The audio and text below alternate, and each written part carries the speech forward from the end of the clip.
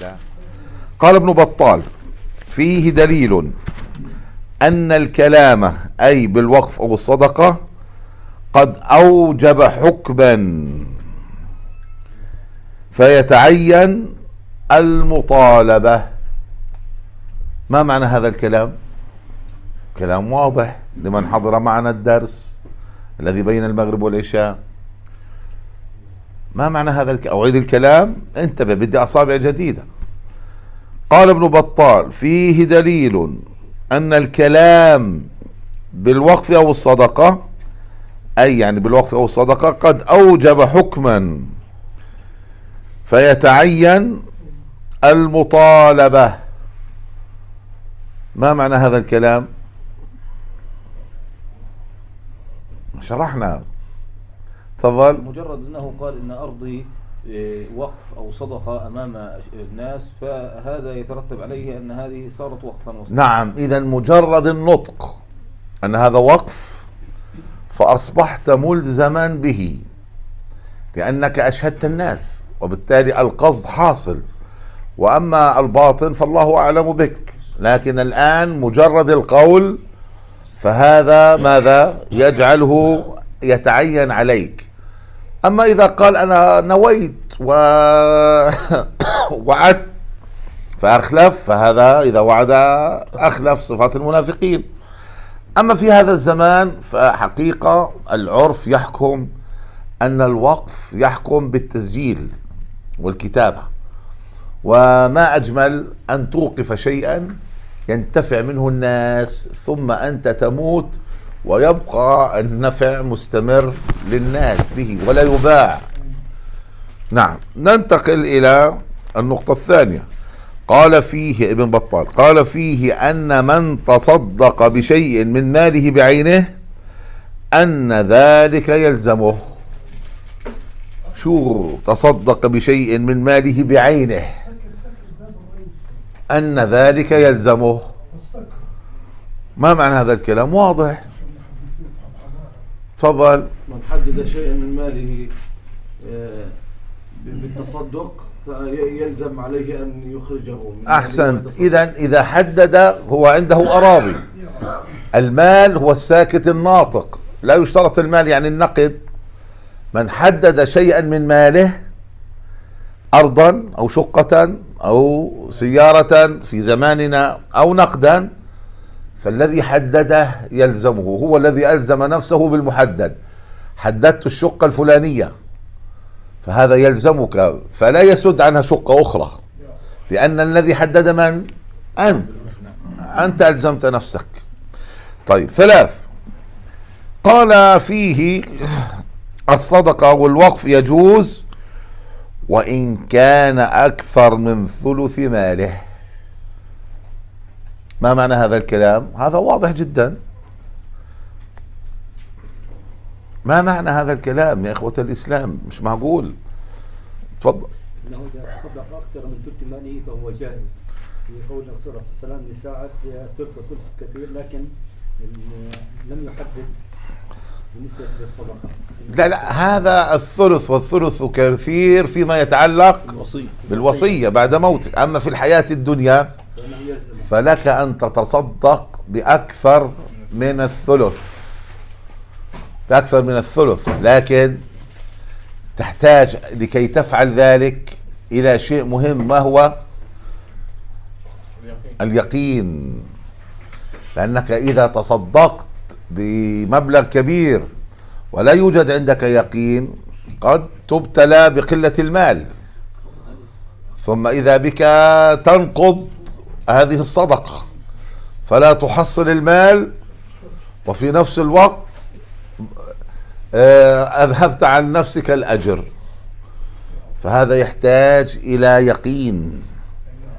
لو تصدقت بدينار، حتى لو معك 100,000 ولا مليون، تصدقت بدينار وثبت على ذلك، أحسن من أن تتصدق ب100,000 ثم بعد ذلك تتحسر أنك أنفقت 100,000، فيخشى أن تبطل صدقتك لأنك ندمت على الطاعة والعياذ بالله. بعض الناس يضيع أجره متى؟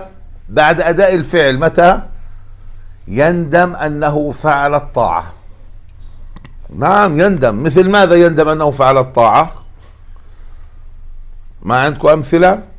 يندم أنه أدى الطاعة في زماننا، أمثلة واقعية. واحد يذهب إلى الحج ويرى المشقة ويندم أنه جاء إلى الحج. يعني هذا بجوز ما ندر، بس بدنا أشياء واقعية. يعني نرى كثير من الناس من يدل على الزوج أو في الزواج يتدخل، فهو عمل لوجه الله في الأصل، لكن لما خشيت المشاكل فهو يندم، يقول نعم، إذن هذا مثال عملي، أنه عندما يكون هناك توفيق بين زوجين والدال على الخير له كأجر فاعله، فعندما تحدث مشاكل يلومونه، أنت اللي دليتنا أنت، فيندم أنه دل، وهذا يضيع الأجر، أنا دللتك لوجه الله. وأما المشاكل هذه عرضة، والطلاق موجود في الإسلام، فليس معنى هذا أني ألام لا من قريب ولا من بعيد. وكذلك الإصلاح بين الناس أو الإحسان للزوجة أو النفقة على الأولاد، بعضهم يندم، وهذا كلام باطل ويخشى أن يضيع الأجر. طيب، قال ابن حجر فيه أن الوقف لا يحتاج في انعقاده إلى قبول الموقوف عليه. ما معنى هذا؟ تفضل. قد يقول ما لي وقف على فلان أو على الفقراء فلا نحتاج أن نسألهم هل قبلتم أم لم تقبلوا. نعم، نحن أوقفنا هذا المال على أهل هذه القرية، هذا المشروع النافع، فلا يشترط موافقة أهل القرية على هذا إيش؟ المشروع. هذا وقف ينتفع منه أهل القرية كاملا. مثلا أوقفنا ماء، أوقفنا سيارة، وهكذا أوقفنا أرضا، فمجرد أنك توقف لا يشترط الذي ينتفع به ماذا؟ أن يوافق عليه. هذا شيء مهم. خامسا قال ابن حجر واستدل أو استدل له بعض المالكية على صحة الصدقة المطلقة ثم تعيينها أو ثم يعينها المتصدق على من يريد أو لمن يريد. ما معنى هذا الكلام؟ يجوز للواقف هذا أن يوقف ماله بشكل عام، ثم بعد ذلك في أي وقت يريد أن يخصصه لأي ناس. الصدقة، هذا في الصدقة، أنه نعم يقول سأخرج 1000 دينار لوجه الله تعالى صدقة. طب تمام، ما حدد، ثم بعد ذلك يقول للعائلة الفلانية 100 وللفلانية 100. هل هذا يجوز؟ نعم، لا يشترط التحديد من البداية، ربما يأتي التحديد بعد ذلك، وقد يغير. سأعطي العائلة الفلانية 100 دينار، لا، في أولى، في التغيير جائز. المهم أن لا ترجع في الصدقة، المهم أن لا ترجع في الصدقة بعدما أعطيتهم. أما النطق ممكن أن ترجع ضمن أشياء وضوابط، وبعض الصور لا يجوز، لسنا بصددها الآن. وقال فيه جواز إضافة حب المال إلى الرجل الفاضل العالم ولا نقص عليه في ذلك. ما معنى ذلك؟ حب المال، لما قال ان احب اموالي اليه ضيعها، فالرجل ممكن يحبب اليه المال حتى لو كان صالح او نعم، أن الصالح يمكن أن يحب شيئا من المال، يحب أرضا، يحب شقة، يحب سيارة، يحب نقدا، فهل هذا يتنافى مع تقواه؟ لا يتنافى. فانتبهوا إلى هذا شيء مهم. قال فيه اتخاذ الحوائط والبساتين. ما معنى هذا؟ فيه اتخاذ الحوائط والبساتين. تفضل. يجوز للشخص أن يتملك بستان، حوائط، أن هذا لا يتنافى مع تقوى الله ومع الزهد، أن تقتني بستانا أو حائطا، لكن بالشروط اللي ذكرناها سابقا. واحد أن يكون من حر مالك فلا يوجد دين. اثنين، لا يتطاول على الناس. أن لا يكون هناك تطاول على الناس. ثلاث، أن يكون فيه حاجة. أن يكون لشيء معتبر. التنزه معتبر. ومن اللطائف أن أحد طلاب العلم اشترى بستانا وشجع ذلك أقاربه أن يزوروه، فأصبحوا يزورونه، فصار صلة أرحام واجبة وغير واجبة، فاستخدم هذا في طاعة الله. وهكذا في أمثلة كثيرة. قال فيه دخول أهل الفضل والعلم في الحوائط والبساتين، أي الحوائط والبساتين، والاستظلال بظلها، والأكل من ثمرها، والراحة والتنزه فيها. ما معنى هذا الكلام؟ ما معنى هذا الكلام؟ كلام هذا محاربة لمن يشوهون الدين. تفضل. أنه أهل الفضل والعلم بإمكانهم يدخلوا على البساتين ويأكلوا منها إذا كان صاحب هذا البستان. لا ملناش في السماح الآن. أن هذا الشخص لا يتنافى مع ديانته واستقامته أن تراه جالس تحت شجرة أو ذاهب لبستان. وشيخنا الألباني عالم كبير كان يذهب إلى البستان، لكن شيخنا الألباني كان دقيقا، فماذا يفعل؟ يصطحب معه كتب، يصطحب معه فهرسة، يصطحب معه طلبة علم، فهو يتنزه ويعلم. وشيخنا الألباني كان يتقصد في النزهة طلبة العلم إيش؟ غير الأقوياء. أنا طالع شمة هوا الآن بدي أتنزه، ناقصني يجينا على الحلبي؟ هذا قوي، يعني أخرك شوي على. فكان يختار الرفقاء، بدي أعلم وأنا في نزهة بس ما بدي أركز كثير، ومع ذلك لا علي الحلبي ولا مشهور حسن بالقوة اللي انت بتصورها مع الشيخ الألباني. فكان يشوفهم كلهم طلبة علم محترمين ودينين وكذا، فأهلا وسهلا بعلي الحلبي ومشهور حسن وكذا وما شابه، لأنهم في النهاية طلاب علم في ذاك الزمان، في ذلك الزمان. قال ابن حجر، قال وقد يكون التنزه مستحبا يترتب عليه الأجر. انظر، التنزه قد يكون، يا رجل، التنزه قد يكون مستحبا يترتب عليه الأجر. متى؟ إذا قصد به إجمام النفس من تعب العبادة وتنشيطها للطاعة. يا الله، ما معنى هذا الكلام؟ تفضل. أن هذا الشيء يعين العالم طالب العلم على النشاط والتحفيز في طلب العلم وفي الدعوة إلى الله وفي نعم، إذا قصدت في التنزه أن تنشط نفسك لطاعة الله، فهذا قصدك التنزه فيه أجر، حتى ينشطك ذلك إلى طاعة أقوى. وما أجمل قلنا أن تفعل كما كان يفعل الشيخ الألباني. فانظر مثلا سفر العمل، أنت تقصد وجه الله بأن تتكسب، وفي نفس الوقت أنت تتنزه. وإذا اصطحبت زوجتك فهذا أفضل أنواع التنزه. لما؟ لأن الفتن سوف تحجب عنك، وبالتالي أنت جمعت بين هذه الأمور جميعا، حتى لو دفعت شيء من المال زائد. فانتبهوا إلى هذه النقطة المهمة. فكم من امرأة تشكو حال زوجها أنه لا يخرجها إلى مطعم، إنه متجوزها سنة وسنتين وثلاث وخمسة ولا مرة أخذها على مطعم، وإذا أخذها تتمنى ما راحتش. ما في تنزه بالمرة، فيها كلها سوي جيب شو مالك يا رجل، بدي آكل، ممنوع، خلينا نروح الدار أحسن. ما في هذا الصورة، هذا تنزه من غير كشف عورات، من غير شك، من غير الأمور اللي بتدخلها بعض الناس على بيعتبر حاله يا غيور. وهاك انتبهوا إلى هذه النقاط المهمة إخواني في الله.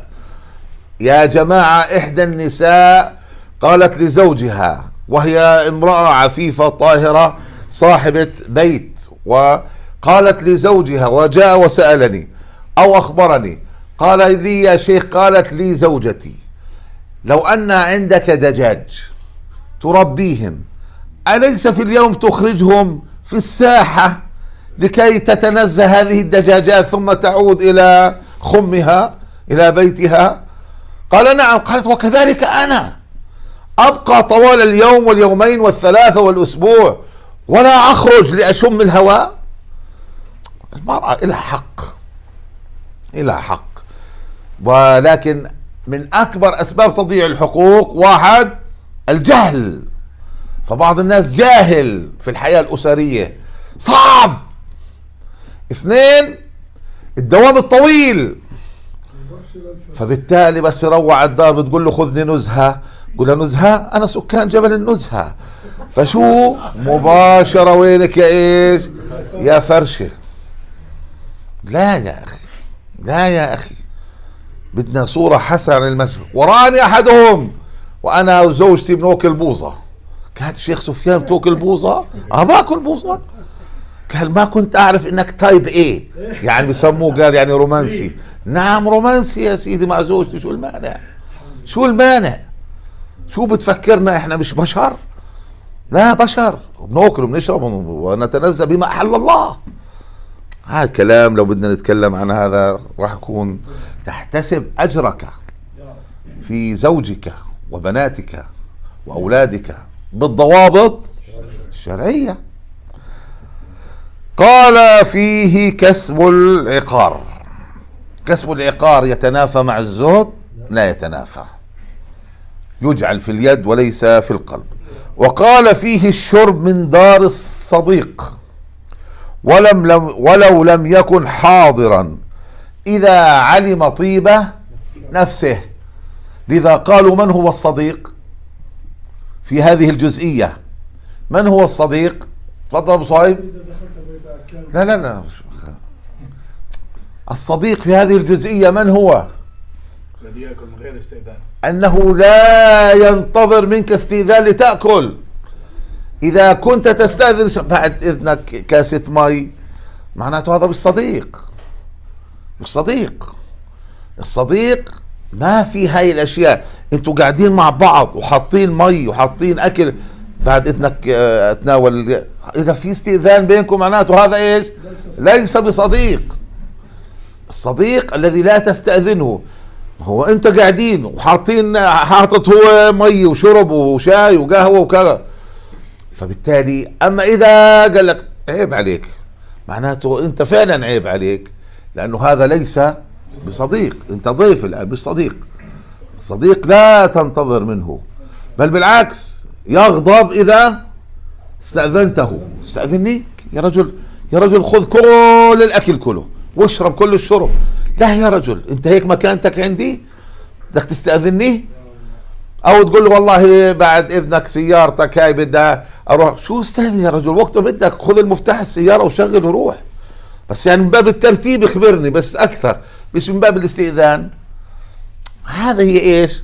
الصداقة. لذا الصديق شو ماله؟ مش وقت الضيق. الصديق شو ماله؟ قل ما يكون. شو الصديق وقت الضيق؟ لا حول ولا قوة. هاي رسوم متحركة واحنا صغار صفوا. وقال فيه إباحة استعذاب الماء وتفضيل بعضه على بعض. ما معنى هذا الكلام؟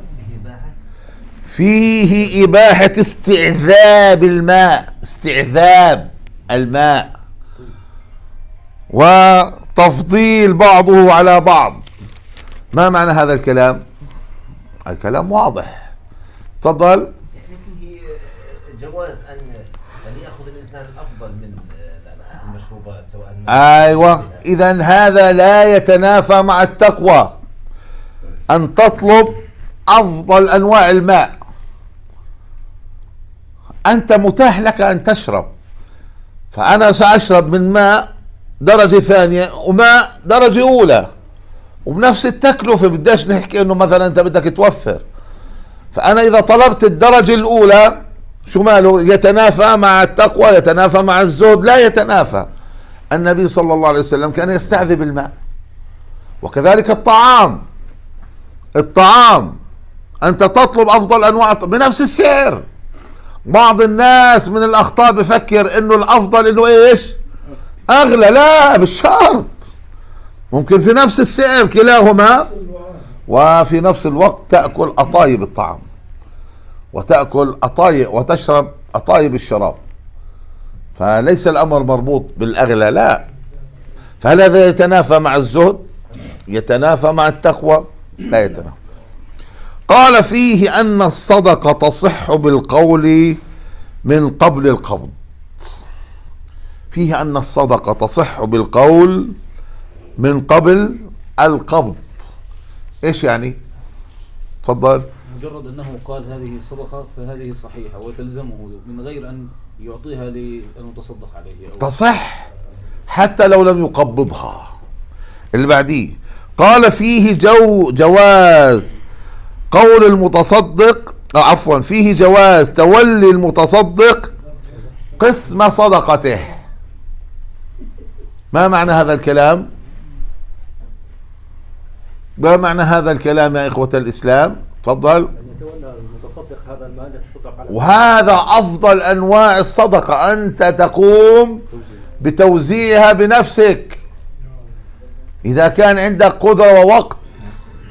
وبالتالي فكم من إنسان أراد أن يوزع الصدقات فتعجل. ليش؟ بده يخلص، وبالتالي لم يفحص. موضوع فحص الصدقات هذا شيء مهم للي بوزع الصدقات، مسؤولية في عنقك. طيب، وقال فيه فضيلة لأبي طلحة فترقى هو إلى إنفاق أحب المحبوب. أين فضيلة أبي طلحة؟ قلنا قدم الشيء اللي بيحبه جيد جدا. جيد جدا، هاي في المدرسة يا فمن يساعده جيد جدا. قد لم يقدم ما يحب بل قدم أكثر شيء. نعم، لم يقدم ما يحب، قدم أعلى ما يحب، وهذا هو حقيقة أعلى درجات الصدقة. فمن يعطيني مثالا؟ ذكرنا قبل قليل مثال، من يذكرنا بمثال أنك تعطي أعلى أنواع الصدقة؟ يعني أنت ممكن أن تشتري طعاما ويكون هذا الطعام لذيذ جدا، ألذ شيء على قلبك، ثم تتصدق به في سبيل الله. نعم، أنت تريد أن تطعم فقيرا فيمكن أن تطعمه سندويشة فلافل، وممكن تطعميه صحن فول، لكن المتفق عليه عندك أنه ألذ الطعام لك اللحم والكباب والكفتة، فإذا بك تقدم أفضل أنواع الطعام لهذا الفقير.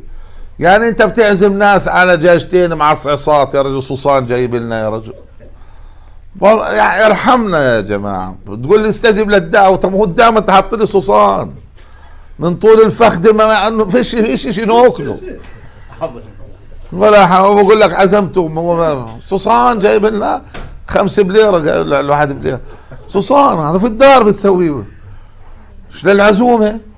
اللبن بروح بجيب لك السطل هذا اللي ذايب ماشي، بس في سطل جامد فيه، قال عشان نص ليرة بجيب له توكل اللبن، قاعد ببوقع وانت شو هذا يا رجل؟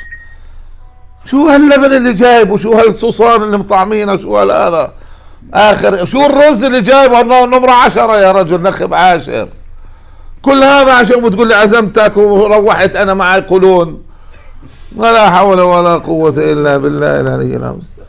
اعزم 2 احسن ما تعزم 10، واعطيهم احسن شيء ما تستطيع. جيب الدجاج إلك، بس تجيب دجاج جيب فخدات ماشي، انا بستعزم الناس روح جيب الطاحونه ذوب في ثمك، ذوب مبين. ولا حول ولا قوة الا بالله مثلا، وهكذا. بدناش هسه تصير دعاية نعم. وقال فيه أن الصدقة على الجهة العامة لا تحتاج إلى قبول معين. العامة لا تحتاج إلى قبول معين، قريب من اللي حكيناه قبل شوي، إنه الطرف الآخر لا يشترط أن يوافق. قال فيه أنه لا يجب الاستيعاب، لا يجب الاستيعاب أي للجميع في الصدقات أو الوقف أو الهبة. ما معنى هذا؟ واضح جدا. تفضل. أنه قد لا يعطي كل أقاربه. نعم، أنك قد تتصدق، قد توهب، قد تقدم الهبات والهدايا، لكن لا يشترط أن تعطي الجميع.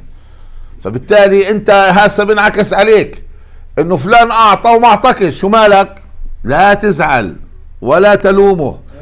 أنا بدي أساوي 10، بدي أعزم لي 10، طب أنا بعرف 200، أكيد راح 190 واحد مش راح أجيبهم. شو 190 بدهم يزعلوا مني؟ لا، ما حدا يزعل. أنا عزمت 10، هاي قدراتي، أطعمي 10، لازم أجيب مين؟ 200؟ هذول بدهم صالة ما ولا